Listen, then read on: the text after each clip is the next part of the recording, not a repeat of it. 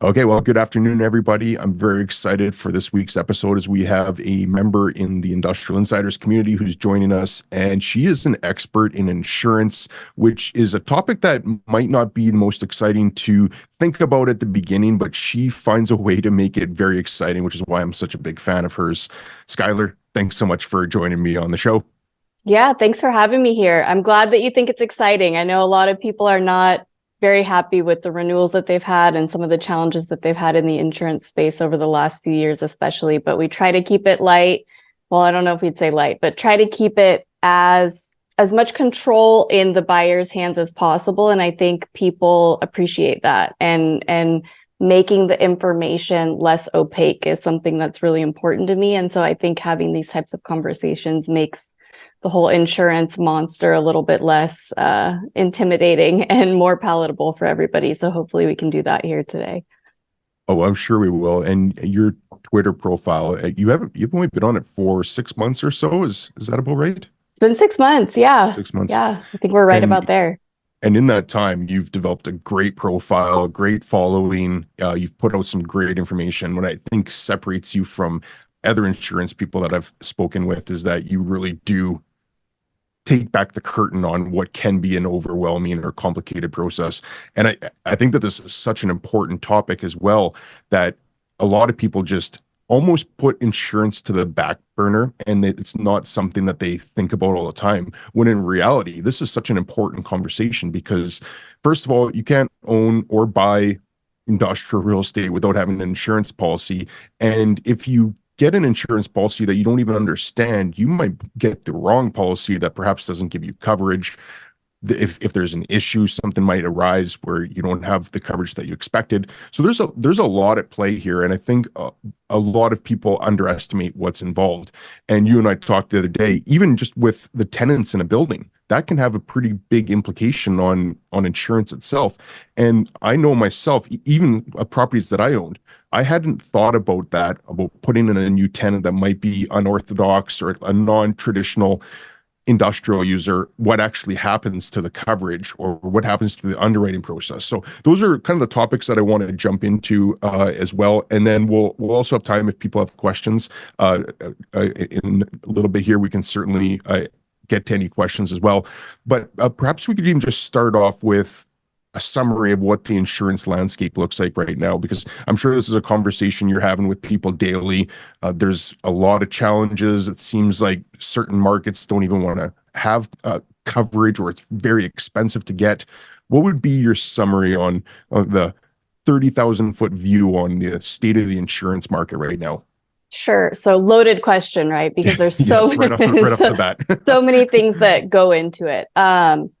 It's been a tough market for the last few years. I think everybody's kind of well aware of that at this point. If you're in the market as a buyer and you've been purchasing insurance, you're aware that since about 2020, 2021, the market's been constricting, and it's been a tougher market cycle than it was prior to that. So we're all kind of aware of that, especially if you're in the real estate space, if you're buying property insurance in the United States, that's kind of where we've been. So reinsurance markets have been constricting. And I don't know how familiar everyone is with the concept of reinsurance or how deep we want to get into that. Maybe that's a later question we want to touch on. But as reinsurance markets constrict globally, we're feeling that on our end too. So a little bit of light at the end of the tunnel, and we can go more into this later if we want to too. And I don't want to get too positive, because I think we're still going to continue to feel some pain for the next few years. But one positive sign that we've seen that's a positive leading indicator is our 1/1/2024 reinsurance renewals in the United States were overall less painful than the 1/1/2023 reinsurance renewals were. And what that is kind of the book overall of renewals for the insurance carriers for property in the United States on a global reinsurance scale. So what that means is that aside from major loss issues on an individual account basis, or, catastrophe exposure, things like wildfire in California, wind, hailstorm in Florida and Colorado, things like that, overall property rates are going up at a less fast pace. I won't say that they're going down yet, right? But they're increasing at a slower pace than they were increasing previously. So that's a positive sign on the horizon. But as we all know, things have been tough for a while. So that's kind of the 50,000 foot view. As we know, and we were just kind of talking about before we started recording, certain carriers have pulled out of the space completely, just aren't willing to write insurance anymore. So that's part of the equation. And as that happens, it's kind of a function of the market, right? It's a free market and it's not. There's a lot of regulation, but when certain carriers decide, hey, I'm just not going to write this class anymore, this class of business. So they could either decide, everybody has different underwriting guidelines. So they can decide, I'm not going to write real estate at all anymore as a class of business, or they might decide, I'm not going to write multifamily real estate, or I'm not going to write industrial real estate. Or to your point, I'll write industrial real estate, but I'm not going to write industrial real estate that has high hazard tenants. So maybe I'll write an industrial real estate that has, XYZ, but I'm not going to write it if they have an auto body shop. Or I'll write it if they have an auto body shop, but I'm not going to write it if they have an auto body shop that doesn't have a certain type of ventilation procedure. And if they say they have this ventilation procedure, I'm going to send someone out to go inspect that risk. And if I send someone out to go inspect that risk and they don't have the ventilation in place that they said they did, they're either going to have 90 days to put that in, which could be a significant expense, right? Or I'm going to cancel the policy. So that's another change that we've seen in our space that's been significant over the past couple of years, is just the level of underwriting scrutiny. And I've been doing this for 17 years now, in different roles, but I've been in the industry for 17 years. The level of underwriting scrutiny and the access to data that underwriters have. And this was a conversation that I've had regularly, recently, but I was having it with a couple of people again yesterday. It's kind of like when you were a kid and when you would get in trouble, and not that any of us ever got in trouble, but if your friend or maybe your brother or someone else got in trouble and, you'd be like, God, how did my mom figure that out? And your mom would say, oh, I have eyes in the back of my head. Did you ever hear that phrase? That's what it's like working with underwriters now, where they will find something out about a risk. And it's like, how did they even know that? Because they have access to so much different data, and they have their own proprietary systems, and they have real-time satellite imaging, and they're pulling all of these different maps. So that's one thing now that's different too, right? Is let's say you send a property in to me as the broker. So I have a location, and we have our tools too that we're pulling, and you're giving me a certain amount of information. But what's really had to change is, as you alluded to, a lot of people are unhappy with insurance. And I get that, right? Insurance sucks. Nobody loves it, but it's something that you have to have, right? As you mentioned, you cannot buy a building without it. Unless you don't have a lender and you're willing to go bare and not have insurance, you cannot buy a building without insurance. You're going to have to deal with it. So make your broker your best friend. And I'm not just saying that because I'm your broker.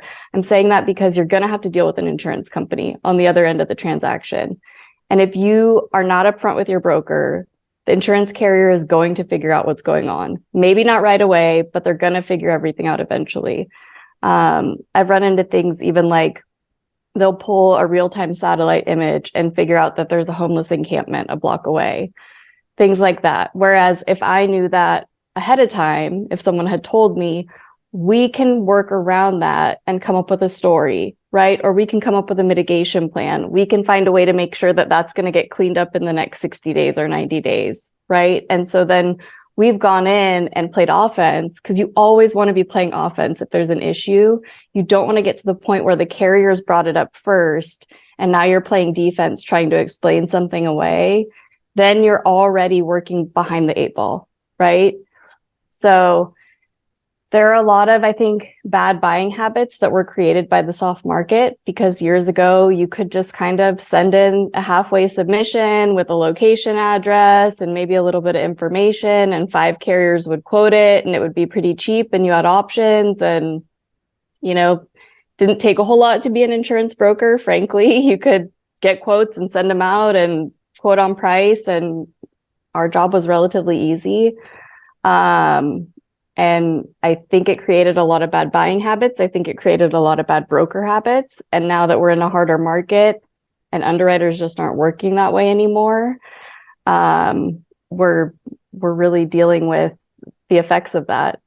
And so people are frustrated. I mean, we're dealing with it too. We're kind of in the middle, right? Carriers are frustrated with the buyer. Buyers are frustrated with the carrier. and we're trying to play intermediary and make sure that everybody gets coverage and that carriers are still willing to write coverage. And so that's kind of where we're at. Well, the interesting part about it and where you add value to the situation is that it's gone from being a commodity. Insurance is no longer just get the lowest price that you can, find the person that'll do it the cheapest, because there's so much nuance and there's so much risk, as you stated, that if you don't have a relationship with an insurance broker, you're putting yourself in a position where you'll be defensive. You'll be responding to things much more reactionary as opposed to being proactive with it. So I couldn't agree more with your statement about having somebody on your side. It's no different than having an attorney, having a real estate broker, having an engineer, whatever it is. I think an insurance broker should be a pivotal part of the team. Let's jump into some of those risks that are actually out there. And you and I talked about this the other day, is that it could be as simple as an industrial building where there was an industrial tenant in there. Maybe there's a 3PL or a manufacturing or a warehousing tenant, but a traditional industrial user. And what's become pretty common now in a lot of buildings is these indoor participation groups. So it could be foam fighters or laser tag or a trampoline park. But now it's gone from that industrial use to a use where there's a lot of kids, there's a risk of injury. That actually happened in an industrial building in my market. A kid was one of those trampoline parks where there's a big foam pit, and he did a backflip off the diving board or whatever it was, and he went right through the foam, hit his head, and was paralyzed from it in an industrial building, which you just wouldn't even think of that being a risk. But naturally, everybody got sued on that. The tenant got sued, the landlord got sued, like everybody got sued because the kid was left paralyzed. So but most people don't think that. They just think, okay, yeah, let's put in a jump park or a trampoline park without even really giving it any second thought, and perhaps not even updating the insurance on that. So with that example specifically, let's jump in on that, because I think that that's worth exploring. If you have an industrial building, how important are the tenants? And then what happens when you change tenants? Yeah. Well, don't let your underwriters hear that, first of all. I mean, it's critical, right? So your underwriters are probably asking for rent rolls already. If they're not, they will be. It's something that's been common on real estate accounts forever. One thing that's kind of incredible to me is because it's the way that we deal with our clients, they've kind of always known what's going on their insurance. We're just communicative by nature, me and my team. I'm realizing that a lot of people, their insurance buying process is very opaque. So maybe they don't understand what's been going on behind the scenes or why things are the way they are, which is interesting to me. But this is part of the reason that underwriters want to see your rent rolls, right? So I don't know if it's normal. You own some industrial properties, right? Mm-hmm. Do your underwriters typically ask for your rent rolls at renewal? Do you know, is that part of your process? They have. Right. Okay. What's interesting though, is that they don't ask for updates, right? Okay. And real estate never stays consistent. There's always turnover. So you provide that information up front, but then let's say I did put a trampoline park in one of my buildings, and then that's an extreme case because it might be something a lot less than that. But typically, I haven't updated insurance providers whenever I update the tenant. It's just that one upfront event where you give them the information, but you don't update them regularly. Sure. So a couple things to consider there. Typically, yes, you're only going to be providing your rent rolls once a year, right? So that's part of the risk that they're taking on as your provider, is if you're switching out tenants throughout the year, they're not going to know about it. A few exceptions to that, right? Something like a trampoline park, you may be doing significant TI work. And if you're doing TI work that's outside of what would be covered under your property policy, you would need to be notifying your carrier of that, because you may need to be adding like a builder's risk policy. You may need to be carving that out of your standard package policy. So your broker should be kind of hand-holding you in that situation, because they would need to be guiding you on how the definition of TIs is defined in your policy and what's covered under your policy and what's not. Typically, it's not going to include like any structural TIs. So if you're doing any structural work or anything that's out, and every policy is different in this way. So I wish I could give you like a standard definition of what's going to be covered under TIs and what's not, but a standard definition doesn't exist. So another fun thing about the insurance industry in that way, right? But your broker should know how your policy reads, maybe not off the top of their head, because we have a lot of different policies. So don't call your broker and go, hey, pop quiz, how does TI, the definition of TI read under my property policy? Don't put them on the spot like that, but they should be able to pull your policy and read it for you, or have someone on their team do that for them. But they should be able to guide you through. And if you're having a significant thing come in like that, where you may be doing significant TIs or some structural work, moving any load-bearing walls or anything like that, you may need to place a separate builder's risk policy to make sure that you're covered properly, or a separate construction GL policy for a short period of time while you're doing those TIs to make sure that you have coverage, because that probably is excluded under your policy. So that's something to be considering. And that is a case where you would be notifying your underwriter midterm and need to make some changes. But the thing that underwriters are going to be looking for there, that's a situation where you really may be looking at getting canceled, or at least that location being carved out of your portfolio policy at renewal.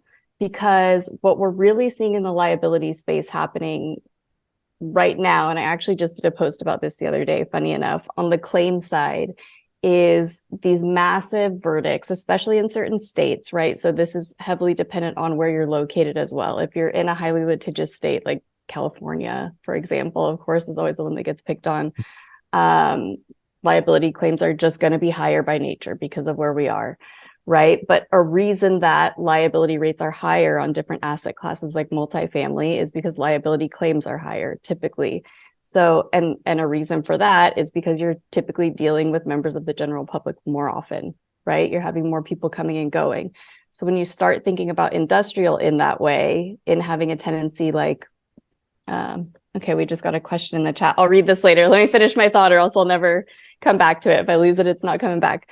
When you start having something like a trampoline park where you have members of the general public coming and going, now you've changed your risk completely, right?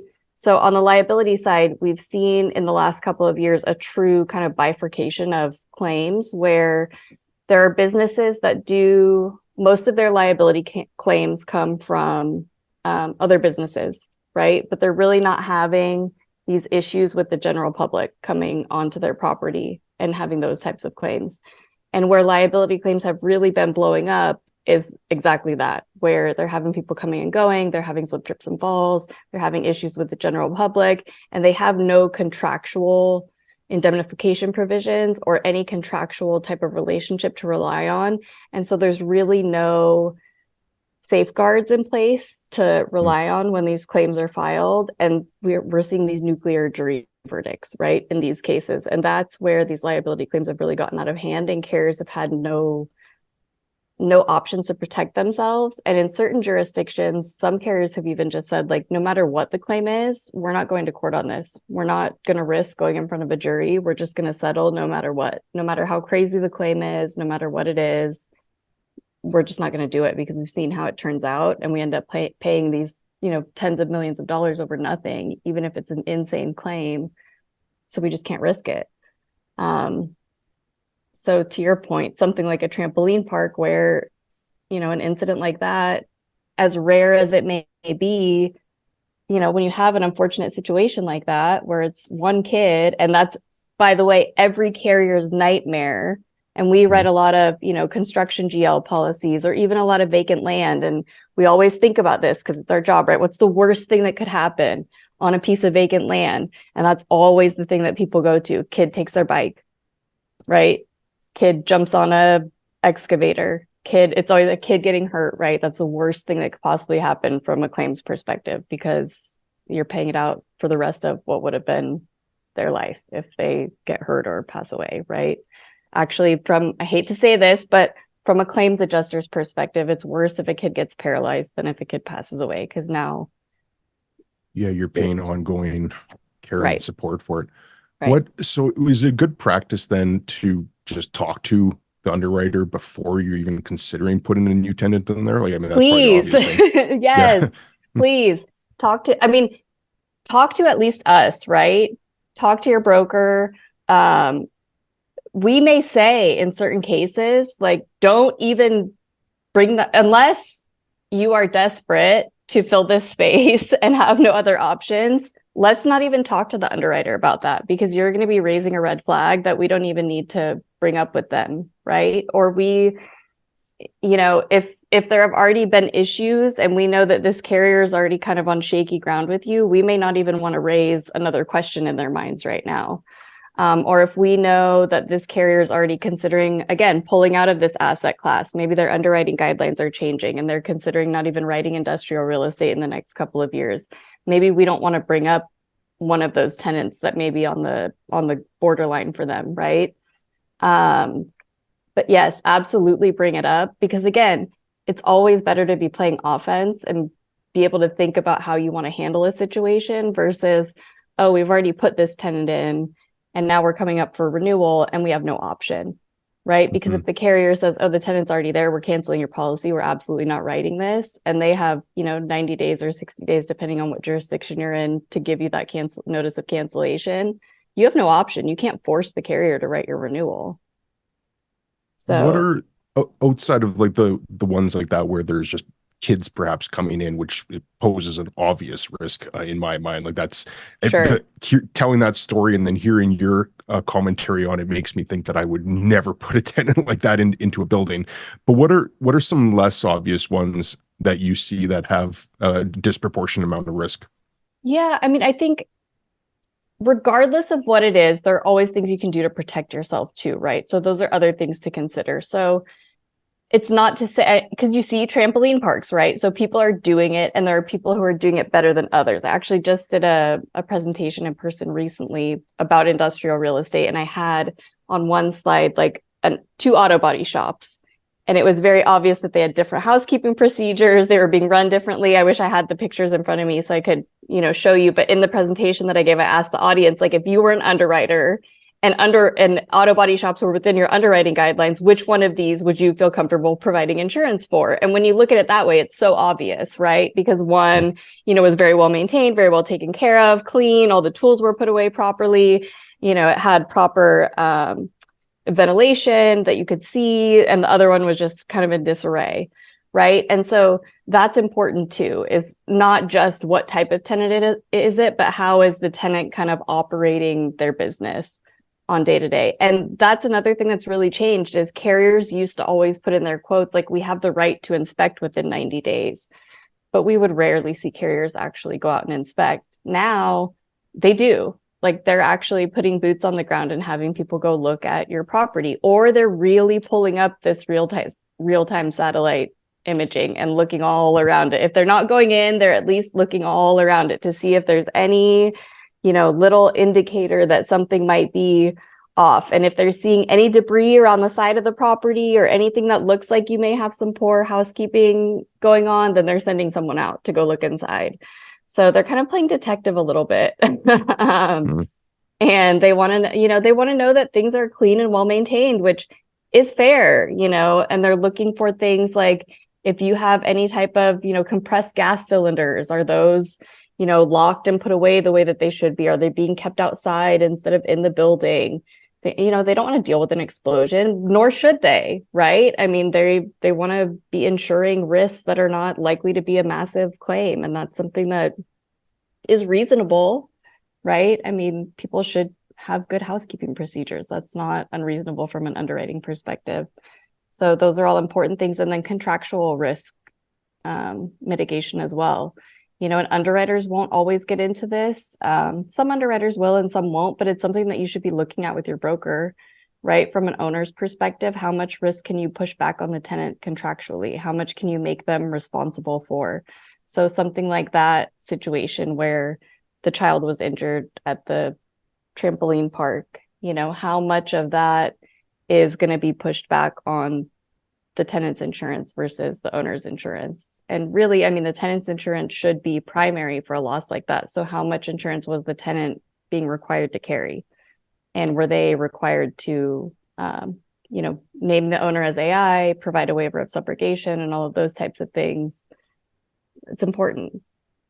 What can a landlord or a broker even do to figure this out in advance? Because if it gets to the underwriting stage and it's the much more scrutiny that's done at that level, how can a landlord even know in advance that the tenant is complying with everything that they should be doing, whether it's work logs or procedures?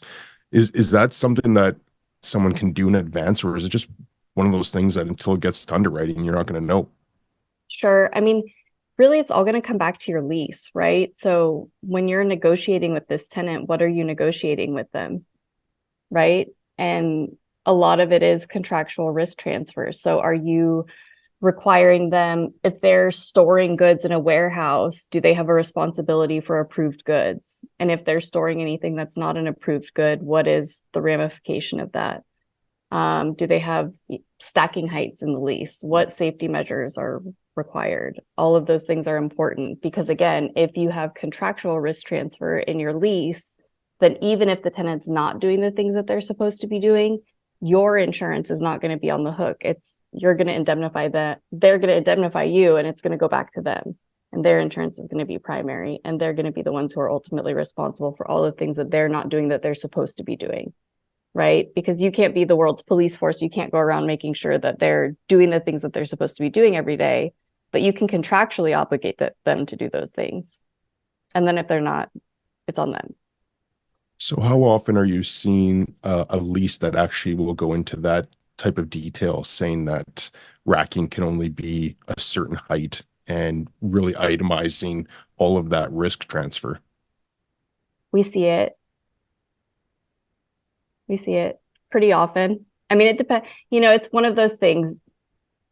The larger and the more sophisticated the landlord, the more likely it is that you're going to see those things, right? If they have a dedicated risk management team or a dedicated legal team, you're going to see those things almost certainly. So it really depends on who you're dealing with, what you're dealing with. If it's a one-off owner, mom and pop kind of local deal, very unlikely, right? So it just kind of depends. You see the gamut of leases. We see some leases that have been there for 10 years that have never been updated, that don't have a whole heck of a lot at all. They're pretty anemic. So you see all kinds of things. Yeah, I'd echo that comment as well. As the big, large, sophisticated owners have full risk management teams. They'll probably have a risk officer that's dedicated to just identifying every single tenancy.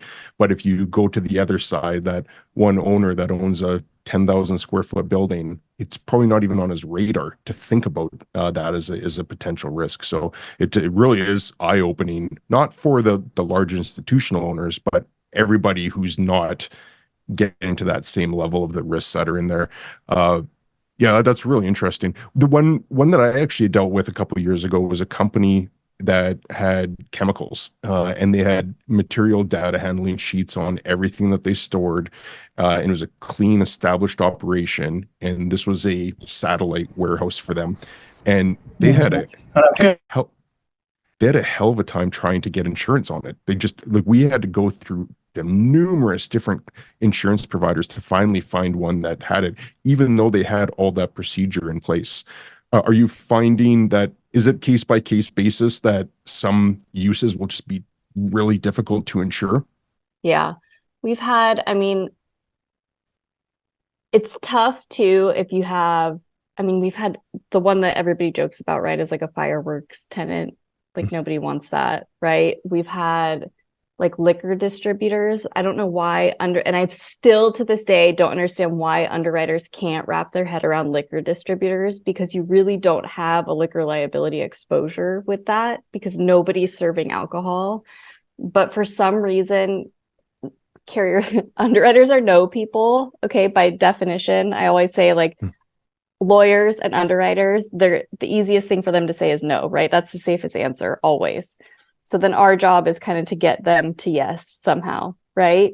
And so they see anything with liquor in it and it's no. And I'm like, but this is a distribution facility. They're distributing alcohol. They're not selling alcohol. Nobody's opening a bottle. They're just distributing liquor. But they're like, but liquor's outside of the underwriting guidelines. So that was one that was it was a nightmare trying to get coverage for it. which is crazy because the actual exposure there, if you, I'm like, can you come out to this with me and look at what they're doing? Like the struggle that we went through trying to find someone who would write that exposure was absolutely insane for what the exposure was versus the risk.